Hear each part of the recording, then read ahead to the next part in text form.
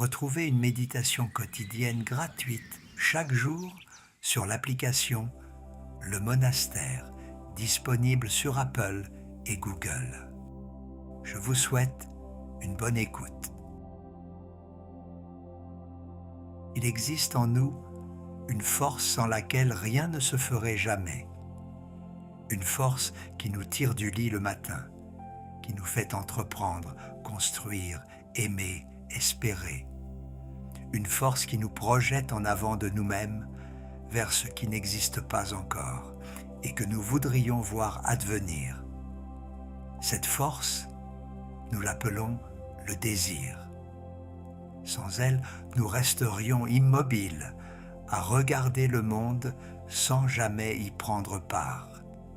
Et pourtant, cette même force qui peut nous faire vivre si intensément peut aussi nous dévorer.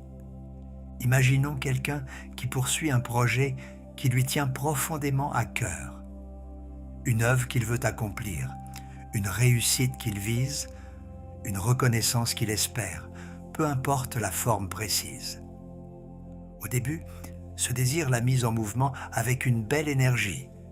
Il s'est levé plus tôt, il a travaillé avec ardeur, il a senti en lui cet élan joyeux de celui qui sait où il va. Mais peu à peu, sans qu'il s'en aperçoive vraiment, quelque chose s'est tendu. Il y pense désormais la nuit, quand il devrait dormir. Il vérifie sans cesse où il en est, comme on tâte une blessure pour voir si elle guérit. Il s'irrite des obstacles, il s'impatiente des délais, il se compare à ceux qui semblent avancer plus vite.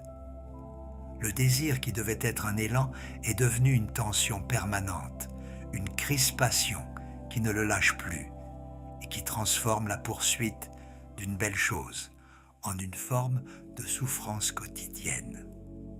Cette expérience, beaucoup la connaissent, et devant elle, une tentation se présente qui semble pleine de sagesse. Et si la solution était simplement de désirer moins, de se détacher, de relâcher l'ambition, de cesser de tant vouloir pour retrouver enfin la paix. C'est de cette tentation et de ce qu'elle a de vrai, mais aussi de profondément trompeur, que j'aimerais parler aujourd'hui. Car il se pourrait que le problème ne soit pas le désir lui-même, mais la manière dont nous l'habitons. Et les sagesses anciennes, le taoïsme en particulier, ont sur ce point des choses précieuses à nous dire, à condition de les écouter vraiment, et non de les réduire à ce que nous croyons trop vite qu'elles disent. Car il faut commencer par lever un malentendu si répandu qu'il est presque devenu une évidence. On croit souvent que la sagesse ancienne invite à ne plus rien désirer. On imagine le sage comme un être détaché de tout, qui aurait éteint en lui le feu du vouloir, qui regarderait passer le monde sans plus rien attendre ni rien souhaiter.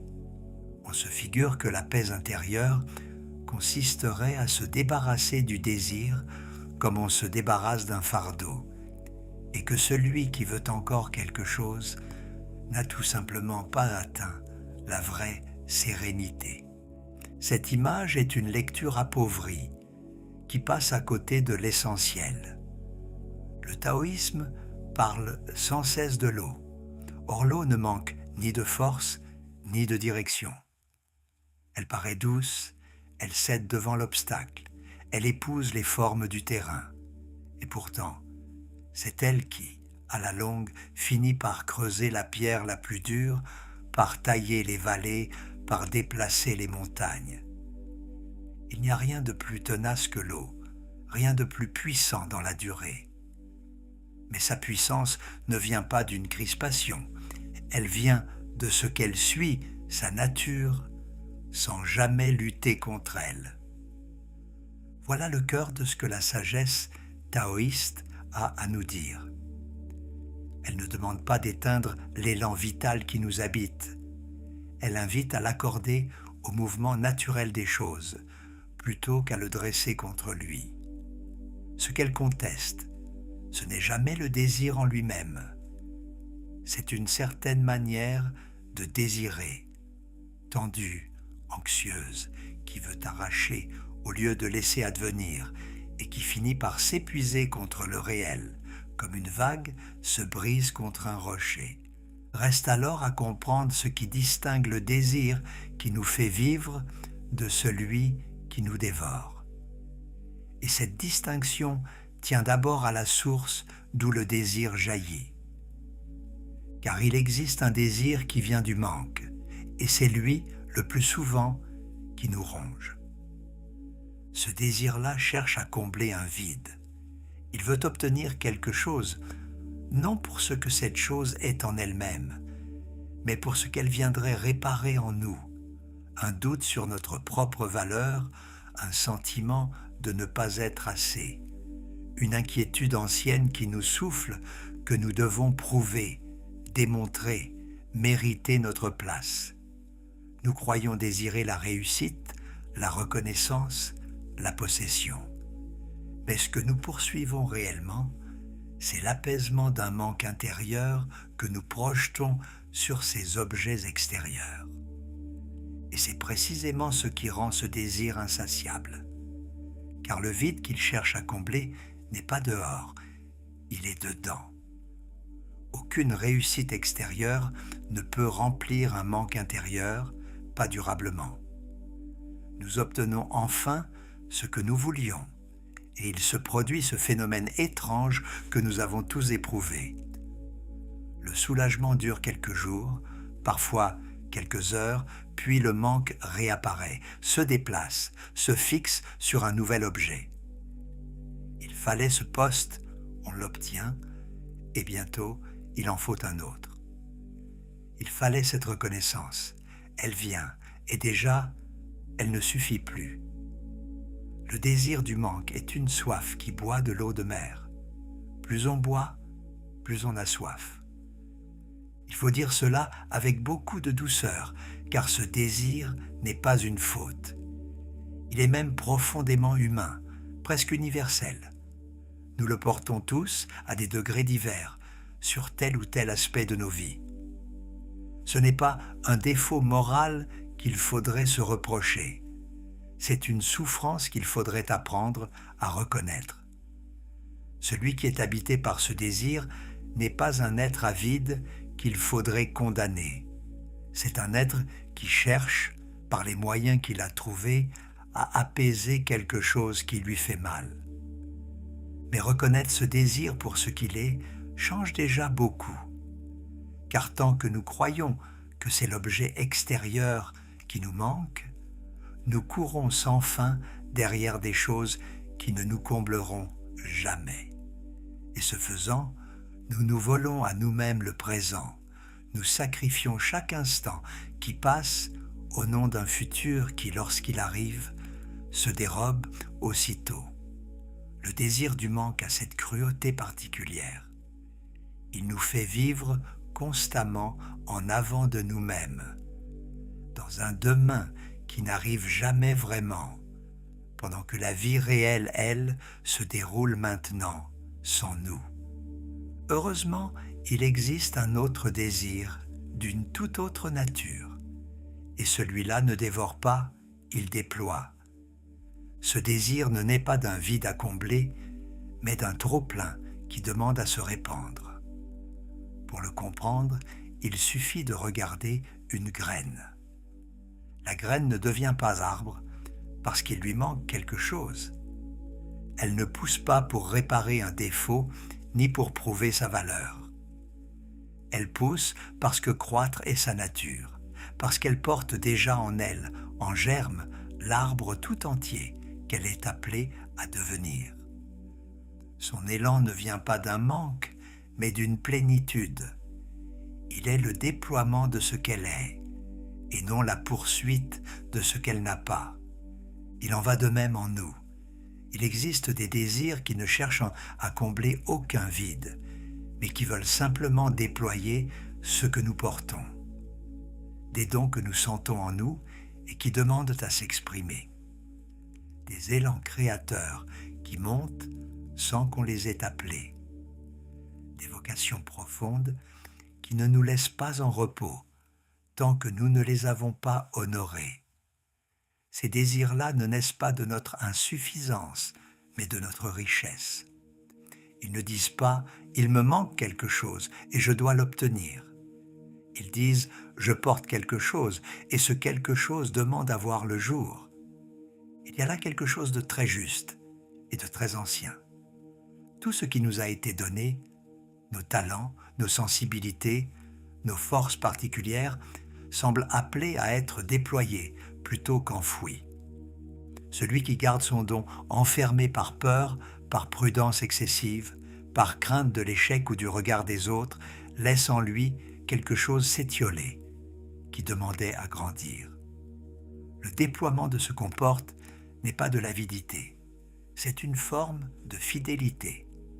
Fidélité à ce que nous avons reçu, fidélité à ce que nous sommes appelés à devenir. Et ce désir-là, parce qu'il ne dépend pas du résultat pour se justifier, porte en lui une paix que le désir du manque ne connaîtra jamais. La graine ne s'angoisse pas de devenir un grand arbre plutôt qu'un petit. Elle déploie simplement ce qu'elle peut déployer, là où elle est, avec ce qu'elle a reçu. Sa joie, si l'on peut parler ainsi, est dans la croissance elle-même, dans le mouvement de se déployer, et non dans une comparaison anxieuse avec les autres arbres de la forêt. Le désir de la plénitude est ardent, parfois plus ardent encore que celui du manque, mais son ardeur est tranquille, parce qu'elle trouve sa récompense dans son propre élan. Mais reconnaître la source du désir ne suffit pas encore, car même un désir juste, même un désir né de la plénitude, peut être mal habité dans l'action. Et c'est ici qu'intervient une seconde distinction, peut-être plus subtile encore. La différence entre vouloir et forcer. On peut vouloir de toutes ses forces sans jamais forcer. Ce sont deux choses entièrement différentes que nous confondons pourtant sans cesse. Vouloir, c'est s'orienter pleinement vers un but.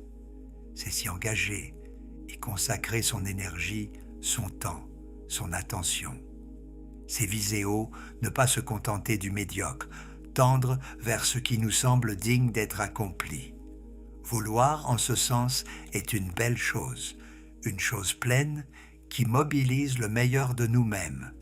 Forcer, c'est tout autre chose. Forcer, c'est se crisper contre la nature des choses. C'est vouloir arracher les résultats avant leur temps, comme on tirerait sur une plante pour la faire pousser plus vite.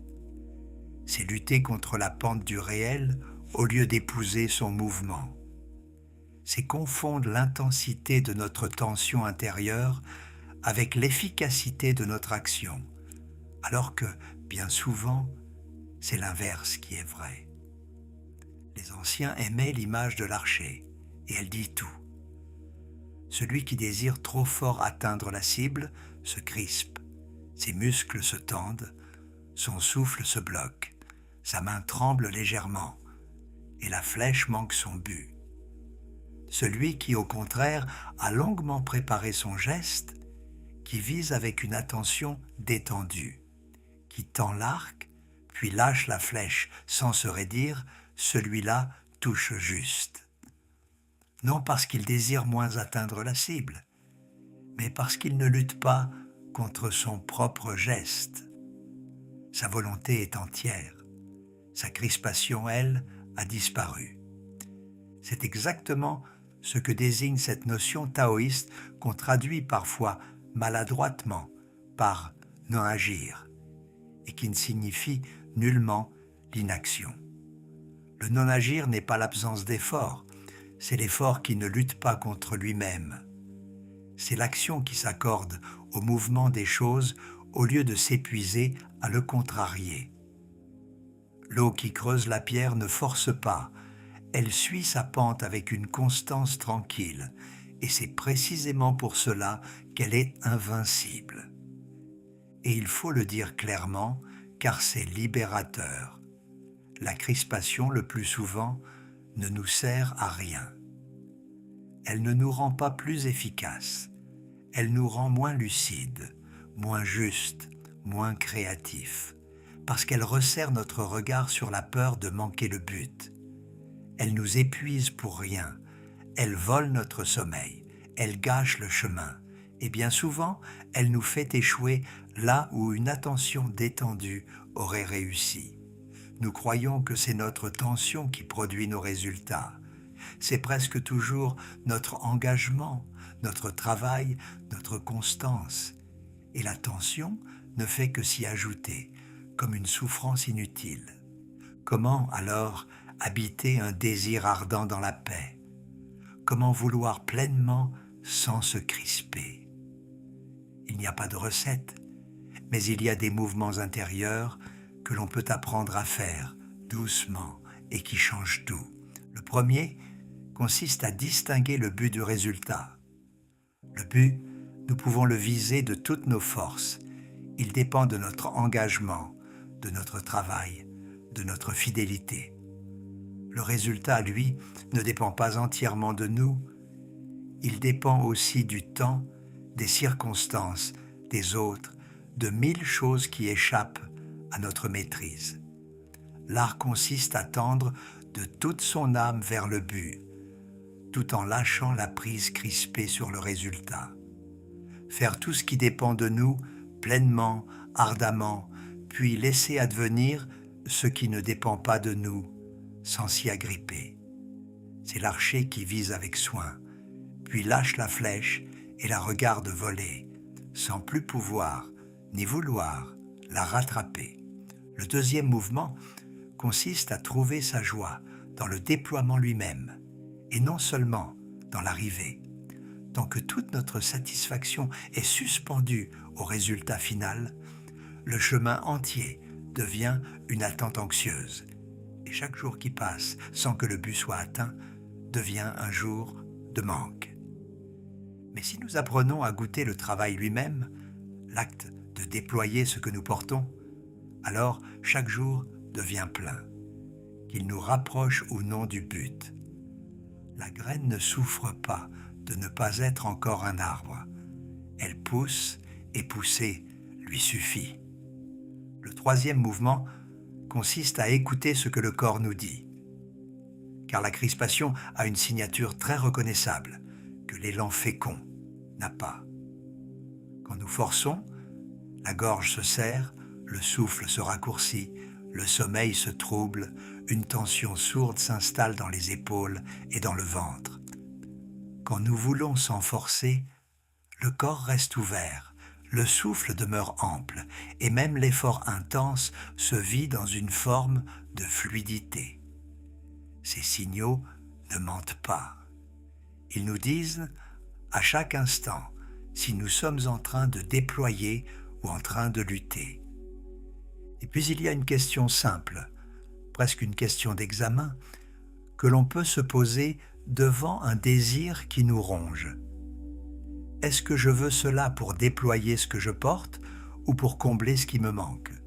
La question seule, posée avec honnêteté, réoriente souvent quelque chose en nous, car bien des désirs qui nous tourmentent se révèlent, à la lumière de cette question, être des tentatives de réparer un vide intérieur. Et les voir ainsi, c'est déjà commencer à s'en libérer.